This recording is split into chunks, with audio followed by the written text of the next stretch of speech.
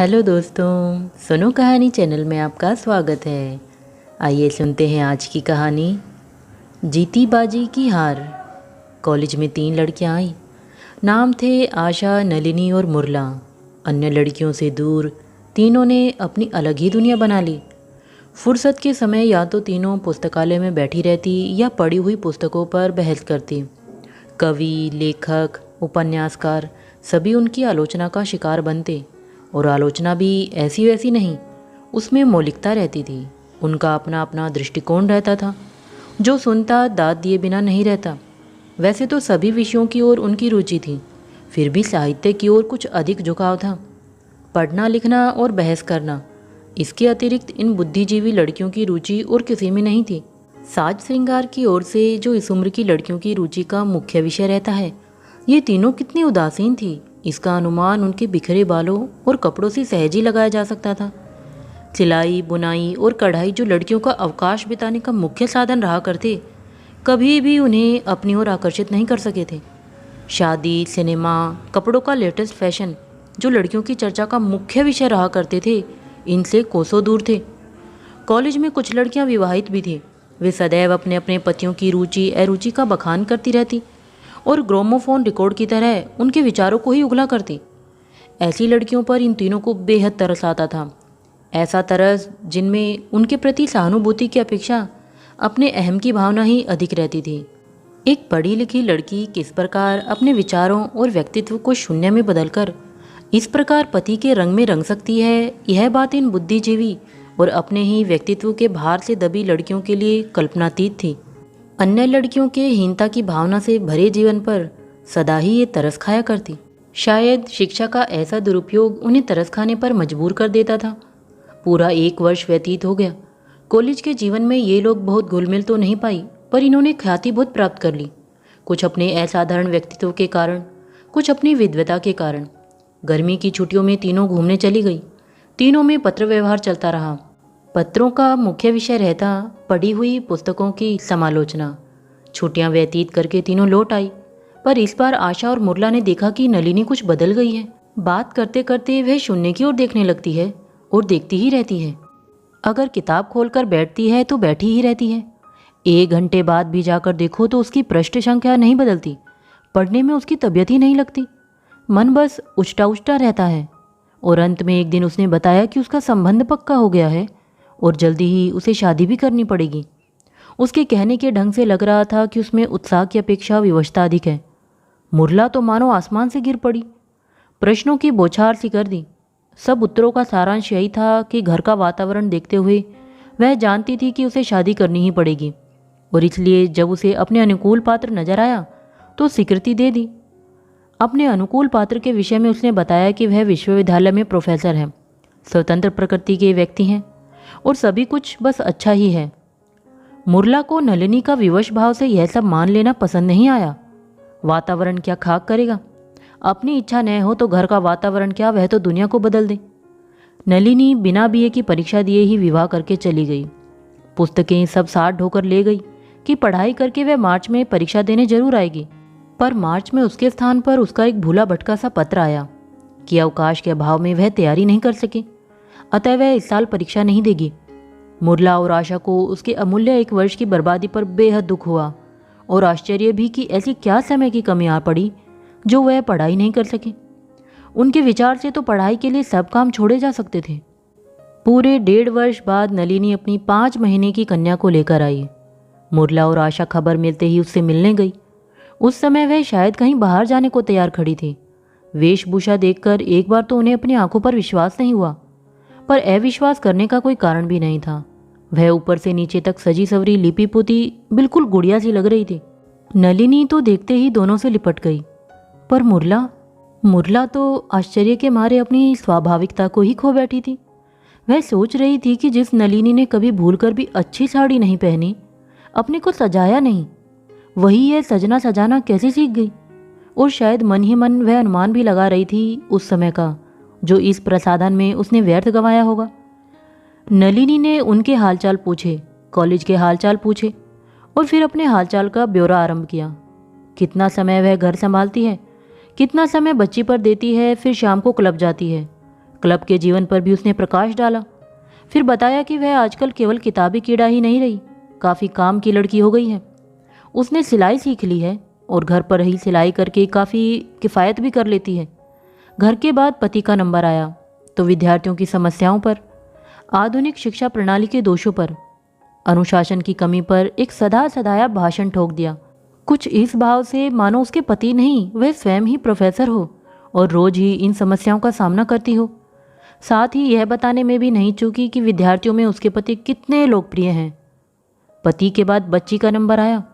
बच्ची को गोदी में लेकर उसने उसकी अदाओं की, उसकी समझदारी की बातों का जो सिलसिला आरंभ किया तो वह यह भी भूल गई कि जरा यह भी तो देख ले कि सामने वाले भी उसमें रुचि ले रहे हैं या नहीं। परिणाम यह हुआ कि आशा और मुरला ने उकताहट भरे स्वर में कहा, अब चलेंगे, और दोनों उसे घर आने का निमंत्रण देकर चल दी।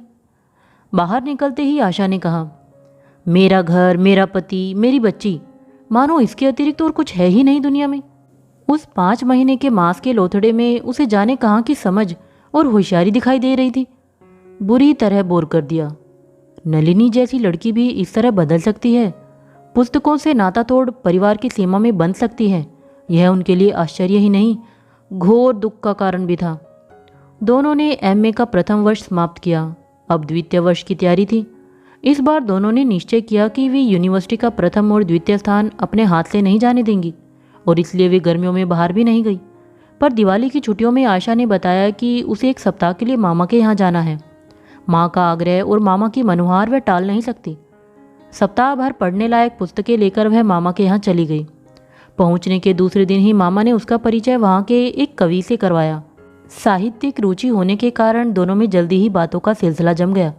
आशा ने महसूस किया कि व्यक्ति प्रभावशाली है, प्रतिभा संपन्न है, उसकी बातों में सत्य है और कहने का ढंग ऐसा है कि वह अपनी बात मनवा ही लेता है। कवि महाशय रोज संध्या को आते, घंटों बैठते, साहित्य पर लंबी लंबी बहस होती, कविता पाठ होता।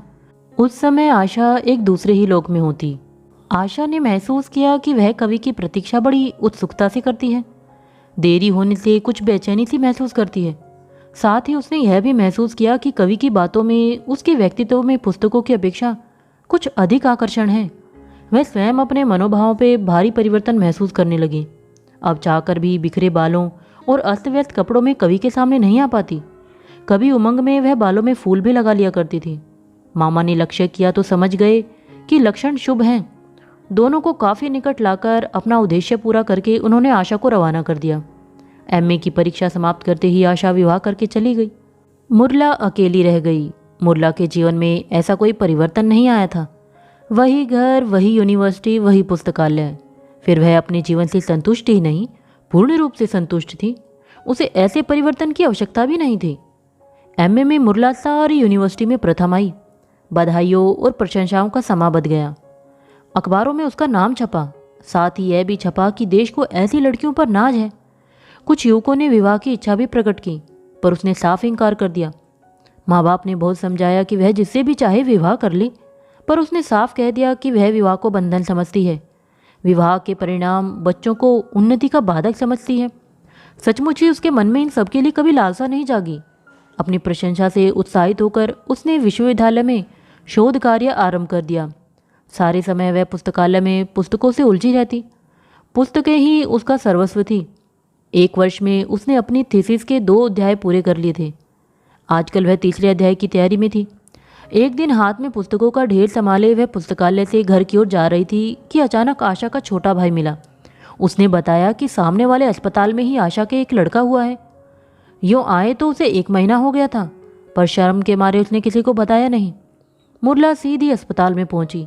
इतनी ढेर किताबों के साथ मुरला को देख आशा ने हंसते हुए पूछा, आओ पंडिता, और कितने मीर मार लिए? मुरला ने कहा, अरे मीर तो तुम मारो, हम क्या करेंगे। इसके बाद बहुत सी बातें हुई। मुरला ने अपनी थीसिस के बारे में एक विस्तृत वक्तृता झाड़ी तो आशा ने खेद प्रकट करते हुए कहा कि उसकी पढ़ाई करीब करीब छूट ही गई थी। अब बच्चे की वजह से शायद एकदम ही छूट जाए। उसके बाद उसने बताया कि उसके पति के कितने काव्य संग्रह छप चुके और कितनी कितनी प्रशंसा हुई। प्रकाशकों को भी कोसने से बाज न आई। कागज न मिलने से कितना काम रुका पड़ा है यह भी बताया। तब उसकी नज़र पालने में पड़े अपने बच्चे की ओर गई। उसकी आंखों से वात्सल्य टपक रहा था। उसने कहा कि ज्योतिषी ने बताया है कि उसका बेटा बड़ा होनहार है। उस 5 दिन के बच्चे को लेकर वह जितना कुछ कह सकती थी उसने कहा। तभी मुरला को याद आया कि नलिनी की 5 महीने की बच्ची, जिस आशा को मांस का लोथड़ा प्रतीत हो रही थी, उसी आशा को अपना केवल 5 दिन का बच्चा भी कितना चंचल और होनहार दिखाई दे रहा है। अंत में आशा ने कहा, अच्छा अब यह बता कि तू शादी कब कर रही है? वह सब तुम लोगों को ही मुबारक हो। शादी करके मैं अपने व्यक्तित्व को नहीं बेच सकती, मुरला ने कहा। एक समय मैं भी ऐसा ही सोचती थी, पर अब नहीं। यदि तू शादी को व्यक्तित्व बेचना ही समझती है तो इतना मैं भी अवश्य कहूँगी कि जिस कीमत पर हम व्यक्तित्व को बेचते हैं वह इतनी अवश्य होती है कि यह सौदा घाटे का नहीं रहता। फिर बच्चे, अब सोचती हूँ शायद बच्चों के बिना जीवन अधूरा ही रहता है। आशा का विभोर कथन था। मुरला ठठाकर हंस पड़ी। वाह रे अम्मा जी, तू तो ऐसे बोल रही है जैसे 10-5 बच्चों की माँ हो। 5 दिन से माँ बनी है और मुझे जीवन की पूर्णता अपूर्णता समझा रही है। आशा मुस्कुराई। तू लाख बातें बगार, यह मैं शर्त बंध कर कह सकती हूँ कि शादी तुझे करनी ही पड़ेगी और तू करेगी भी। अभी जरा तेरी तारीफ हो गई है ना, उसी जोश में फूली फिर रही है। यह उबाल ठंडा होते ही शादी के लिए जान निकलने लगेगी, समझी? क्यों, कयामत आई है तेरी? जानती है किससे शर्त लगा रही है? यह मुरला है, मुरला। बड़े चुनौती भरे स्वर में कहा मुरला ने। मुरला हो चाहे कोई, इतना जानती हूँ कि जिससे शर्त लगा रही हूँ वह सब कुछ होकर भी नारी है। और नारी को एक साथी चाहिए, एक सहारा चाहिए, परिवार चाहिए और चाहिए बच्चे। उच्च से उच्च शिक्षा भी उसकी इस भावना को नहीं कुचल सकती, बड़े निर्णायक से स्वर में बोली आशा। मुरला खींच गई। क्या दकियानुसी लोगों जैसी बातें करती है। सहारा उसे चाहिए जो अपने को अबला समझे।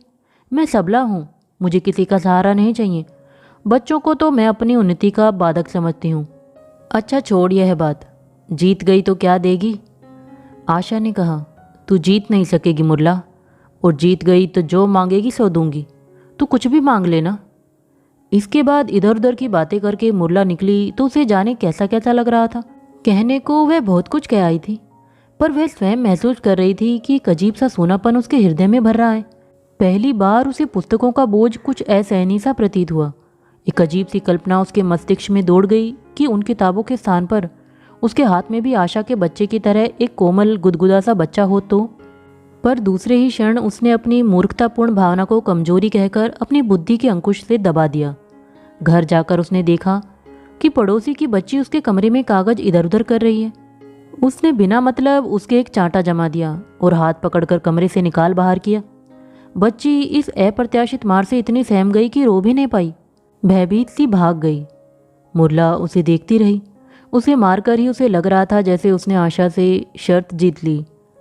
15 वसंतों ने आंख मिचौनी की। मुरला आज भी अविवाहित थी और शिक्षा विभाग के एक ऊंचे पद पर पहुंच गई थी। वह एक सभा का सभापतित्व करने इलाहाबाद गई कि अचानक उसकी भेंट आशा से हो गई। आशा उसे मैं समान अपने घर घसीट ले गई। 2 दिन मुरला उसके यहाँ रही। उसे आशा का घर, उसके 3 बच्चे, सभी कुछ बहुत अच्छा लगा। आशा की 5 वर्ष की छोटी बच्ची 2 दिन में ही मुरला से हिल मिल गई। इन 2 दिनों में दुनिया भर की बातें हुई, पर किसी ने भी उस शर्त वाली बात को नहीं चलाया। तीसरे दिन मुरला जाने वाली थी। उस दिन आशा ने कहा, मुरला, शर्त की बात तुझे शायद याद होगी। मैं हार गई। अब तू जो चाहे मांग ले, मैं दूंगी। सच पूछे तो अपनी इस हार में भी मुझे प्रसन्नता है। मुरला ने हंसते हुए कहा। देख, हार गई ना? पर उसके स्वर में विजय का उल्लास न था। अच्छा जा, छोड़ा, मुझे कुछ नहीं चाहिए। आशा ने कहा। नहीं नहीं, तुझे मांगना ही होगा। जो चाहे सो मांग ले। मुरला एक क्षण को खामोश रही, फिर बोली, अच्छा मांग लो, इनकार तो नहीं करेगी? आशा हंसी। अरे मांग लेना, बहुत बड़ा दिल पाया है। फिर तू तो यूं भी कुछ मांग ले तो मना न करूं, और अभी तो हार कर बैठी हूं, किस मुंह से मना करूंगी? मुरला ने पास बैठी हुई आशा की सबसे छोटी लड़की को पास खींचकर प्यार करते हुए कहा, तो अपनी यह बिटिया मुझे दे दे।